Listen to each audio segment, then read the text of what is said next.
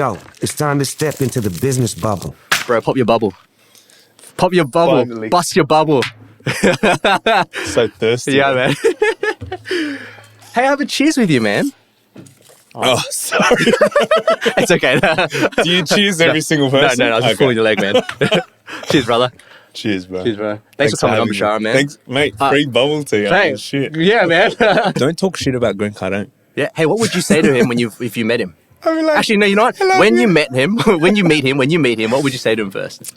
I've actually had a dream about this. That's cute, man. That's so cute. Okay. No. I don't get cancelled. Don't get cancelled, man. What I tell him is this. The night before I started my business in 2015, I was 21 years old, and I'm freaking out the night before I start my business, yeah? And I'm like, I have no idea what I'm doing. I don't have a script. I don't have any of that. And I'm freaking out in bed at like 11 o'clock at night. I can't sleep. And I know in the morning, because I drew a line in the sand, I'm like, I'm starting the business tomorrow. No matter what, I'm going to the shopping center. I'm going with my leaflets. I'm putting my banner up and I'm selling it no matter what. Yeah. But I wasn't prepared. So I'm freaking out. I went to YouTube and I typed in cold calling videos. Yeah. And I watched a whole bunch of them. And I gained so much confidence off the back of that. 2 years later, I discovered Grant Cardone, and I found that the video I was watching 2 years later was the same video I watched the night before I started my business. Oh. That gave me the confidence. And so he's been there literally from day one, and that's what I'd want to say to him. Would you say he's a role model for you? Yeah. Yeah? 100%. Yeah? He's the reason why I ended up getting into property. He's the reason why I was always down to expand the business and just grow. That 10x mentality. So, he's definitely a role model. If you had dinner with 3 people, who would you choose then? Okay. Dead or alive? Elon. Oh, yeah. Oh, dead or alive. Yeah, go for it, man. Jesus? Jesus, yeah. No. I'm like, sorry, God. Sorry. No. God, I'm blind now. Steve Jobs. Steve Jobs, yeah. Steve Jobs. Yep. Maybe Walt Disney. Oh, man. Walt Disney would be It's my guy. Yeah. What do you mean? He's my guy. Yeah, well, that's actually LucasArts. No, it's not. Isn't that the Star Wars? Disney. That's Walt Disney. Oh, as in like BB-8? Yeah, you're talking about the robot, the little Funko next to it. That's Walt Disney. Oh, got it. Yeah. Oh, I can't see his face, sorry, bro. Yeah, this one. Hey, do you think private schools are worth going to? You went to private school, I went to private school. Do you think they're worth it? I want to homeschool my kids. Why? And I know everyone that's going to hear that, like, man, he's got to socialize them. And like, look, all the homeschool kids, they're so weird. Like, okay, sure, but look at their parents. Their parents are weirdos. Yeah. Right? That's usually why they end up weirdos, right? So I feel like, and Grant Cardone says this, I feel like the schooling system is literally just another means to babysit children. It's like the parents don't want to deal with them for the 8 hours. And they're like, go away, I'll pick you up at 3 p.m., right? And it's sort of giving the parents a break, firstly.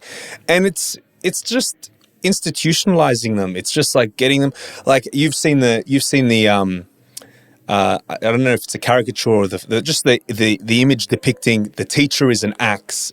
All the kids walk in as a log and they come out a plank on the other side. And it's cookie cuttering them. It's just making everyone the same. It's like, it's teaching all the wrong things. It doesn't teach you about money. Most people are financially illiterate, right? No one really understands how the economy works, really, how interest rates work, what good financial decisions are, how to make money. They don't teach you any of that. They don't teach you how to negotiate. They don't teach you how to ask for a raise. They don't teach you what skills you need and what are the, it's the curriculum is so old. Why would you rely on the government to develop a curriculum for you? They're so slow moving in in a day and age right now where, look at this shit, like, this is the new day and age, right? It's like podcasting, social media, AI, VR, like we're moving too quickly. Yes. And school doesn't keep up with that. So ideally what I'd do is I'd pick like Mark Zuckerberg, right? His dad got him private tutoring for software development all throughout high school so that by the time he went to uni, he was already better than an expert. And look what he developed, right? What did he? So, dat? so that's what I want to do, bro. I want to homeschool him. He's a AI expert. He's a software developer. Nice. Like just whatever's the hot thing, what we know is going to trend over the next 20 years. Yeah. Focus in on that. Obviously, the basics are the basics, Yes. but I don't think. Obviously, I'd rather. Well, I don't know any other way than private. I've only been to private school in my life, right? Yeah. But, fuck all that shit. I'd I mean, if I really send my kids to a private school, I'll teach them networking. Yeah. Yeah. Like your focus is not your ATAR. Your focus is to build friendships and take advantage of the opportunities that the school provides. Cadets, music, go do all that stuff. Don't worry about your studies, man. We'll hone in on that. We'll find what you're good at and we'll work on that for you. You know what? One regret I had for the first 5 years after leaving school is I never did any of the extracurricular activities that was offered at the school. I was just like, no, thank you, no, thank you. I didn't do any of that extra stuff. Yeah. And looking back, I'm like, shit, that would have been a good experience. So if there's anyone listening that's still at school, sign up, bro. You'll regret it for the rest of your life. Do whatever. Don't worry about your ATAR. Uni will come and go. It doesn't matter. You don't even need a uni degree. You went to uni Canberra, right? No. I really cared about my ATAR. You really cared for bro, it? I studied non-stop. You got a sick ATAR, apparently. I found it somewhere online. Yeah. it was probably on my LinkedIn. Did you? I broadcast it. I was like, this is my ATAR. But I ended up at UNSW studying commerce for one semester. Yeah. I failed 3 out of the 4 subjects. Nice. And I was like, fuck this shit. Oh, there's no way I would have been able to complete another 3 or 4 years of studying. I should have done that, man. Did you get a degree? I flunked 3 out of 4. I finished with a degree, but I flunked 3 out of 4 in the first semester because I was at the gym the whole time. Where'd all the muscle go? I was so fat, bro. I was so fat. Oh wow. Yeah. And I thought, you know what? Nah, I don't want this. So five days in the week, and then I was just at the gym. Yeah. And then my dad said to me, "Hey, what are you doing? You flunked 3 out of 4 subjects.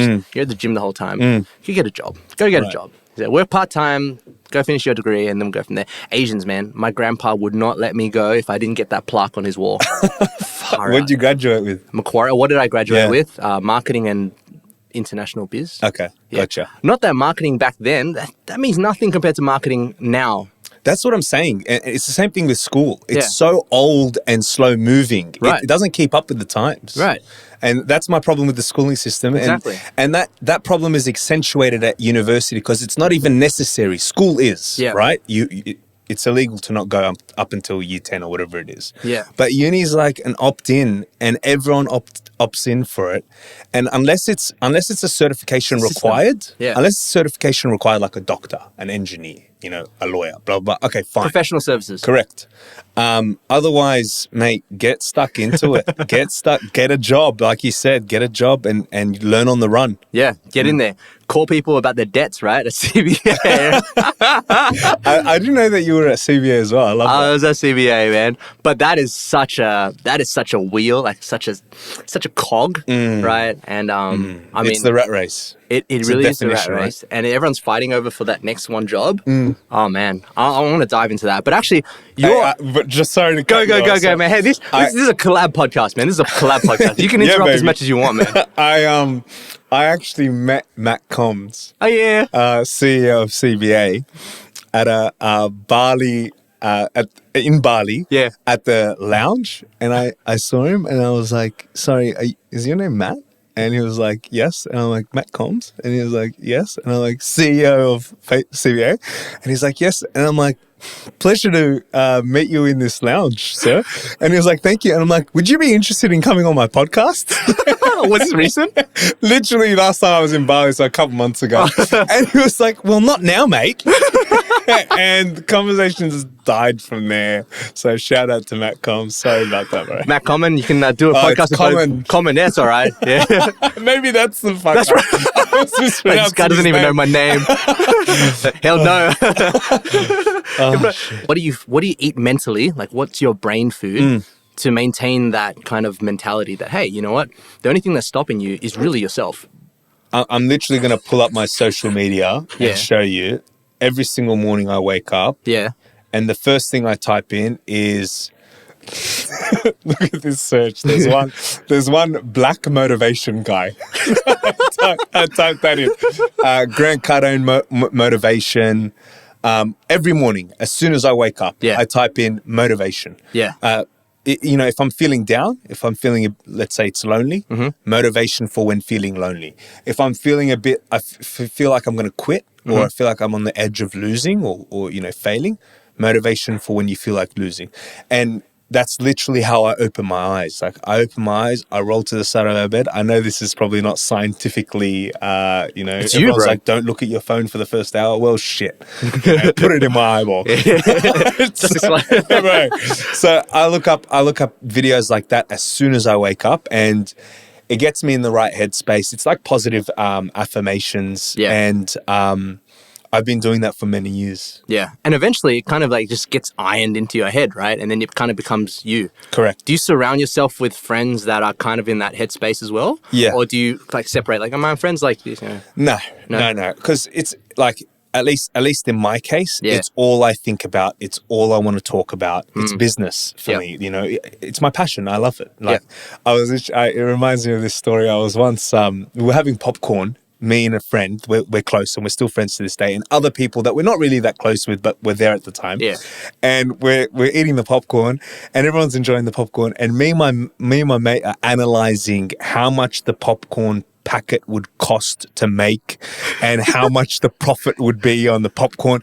And they're like, can't you guys just enjoy the popcorn? And we're like, we're enjoying it. Like, so I need to surround myself with people that are pushing for more, want to achieve more, and you are the average of who you surround yourself with at the end of the day, right? Like, that's a common saying, but it's so true. If you've got a mate that's smoking weed, just playing games all day, exactly doing jack shit, you're going to be influenced by that. So yeah, be careful with who you're friends with, who you give your time to. Do you think that your conversations, the art of conversation that you've learned through podcasting, has that helped you with Fundo? With dealing with clients, with building new relationships and stuff like that? Other way around. So my ability to communicate with people has helped me with the podcast, right? So I've had that skill for many years. I actually learned that skill as a debt collector at CBA. What is debt collection? It's the worst form of selling. It's selling to someone that most definitely doesn't want to speak to you, and you have no product to offer them. Is it fear-based? You attract more bees with honey, right? So you want them to be your friend. Like I said earlier, it was like you want them to feel like you're on their side, right?